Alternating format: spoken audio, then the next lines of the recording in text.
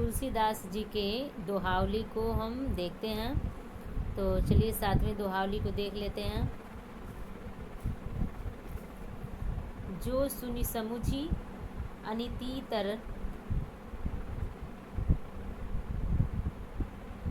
जागत रहे जुसोय, उपदेसिबो जगाइबो तुलसी उचित न होय। यहाँ कठिन शब्दों का अर्थ देख लीजिए। अनितिरत, अनितिरत का अर्थ होता है अनीति में लगा हुआ। जू माने जो, उपदेसिबो का अर्थ होता है उपदेश देकर। अब इसके प्रसंग में लिखेंगे कि यहाँ यही स्पष्ट किया है कि जानबूझकर कुमार्ग पर लगे हुए व्यक्ति को संसर्ग पर लाने की चेष्टा करना निरर्थक है, व्यर्थ है। अर्थात जो जानबूझकर बुरे संगत में जाता है तो उसको अच्छे मार्ग पर लाना खुद की मूर्खता होती है, निरर्थक होता है, उसका कोई मतलब नहीं है। ठीक है, तो चलिए इसकी व्याख्या को देखते हैं। जो सुनी समुझी अनितितर, अनितितर अनितिरत यानी जो सही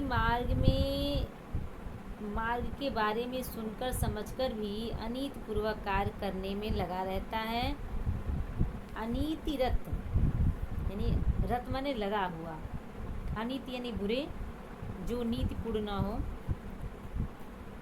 जागत रहे जुसोय, जानबूझकर भी अनुचित कार्य करता रहे, जो जागते हुए भी सोता रहता है। अर्थात जो अपने ज्ञान चक्षुओं को खोलने का प्रयास ही न करता हो।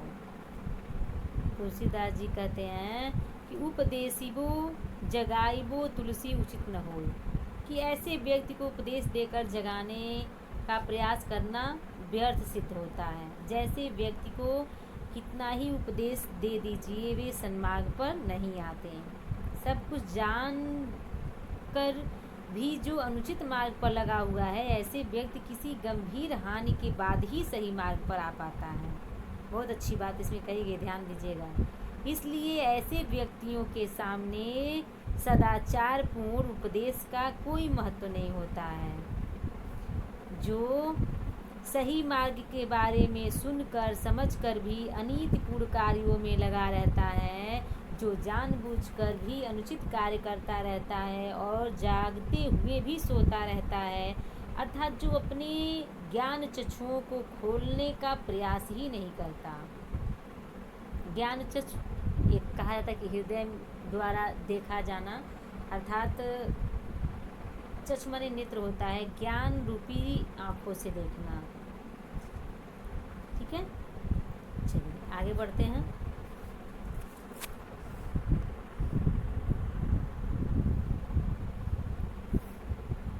बरसत हर्षत लोग सब, करसत लखै न कोय, तुलसी प्रजा सुभागते, भूप भानु सो होय।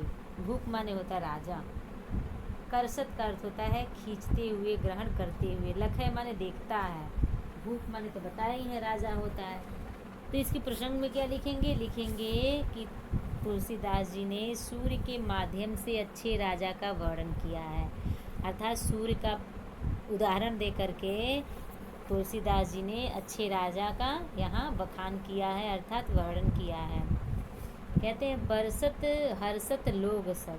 तुलसीदास जी कहते हैं कि सूर्य जब पृथ्वी से जल को ग्रहण करता है तब वह क्या करता है? तब उसे कोई नहीं देखता, परंतु जब वही सूर्य जब वो क्या करता है, जल बरसाता है तो लोग प्रसन्न हो जाते हैं। बरसत हर्षत हर्षत माने प्रसन्न होना, लोग करसत लखे न कोई। करसत माने हम बताए हैं खींचते हुए, ग्रहण करते हुए। जब सूर्य पृथ्वी से जल ग्रहण करता है अर्थात खींचता है, तब उसे कोई नहीं देखता है, लेकिन वही सूर्य जब जल बरसाता है तब लोग प्रसन्न हो जाते हैं। इसी प्रकार सूर्य के समान न्यायपूर्ण यहाँ कहा गया है। तुलसीदास जी कहते हैं कि प्रजा सुभागते भूप भानु सो होय, कहते हैं कि उसी प्रकार न्यायपूर्वक या न्यायपूर्ण ढंग से ग्रहण करने वाला और उस कर के रूप में प्राप्त धन को प्रजा के हित में व्यय यानी खर्च करने वाला राजा किसी देश की प्रजा को सौभाग्य से ही मिलता है। नीचे वाले लाइन के अर्थ देख लीजिए। प्रजा सुभाग, प्रजा माने जनता, सुभाग माने सौभाग्यशाली, भूप माने राजा, भानु माने सूर्य, सो होय। कहा गया है कि ठीक उसी प्रकार सूर्य के समान न्यायपूर्वक न्यायपूर्ण ढंग से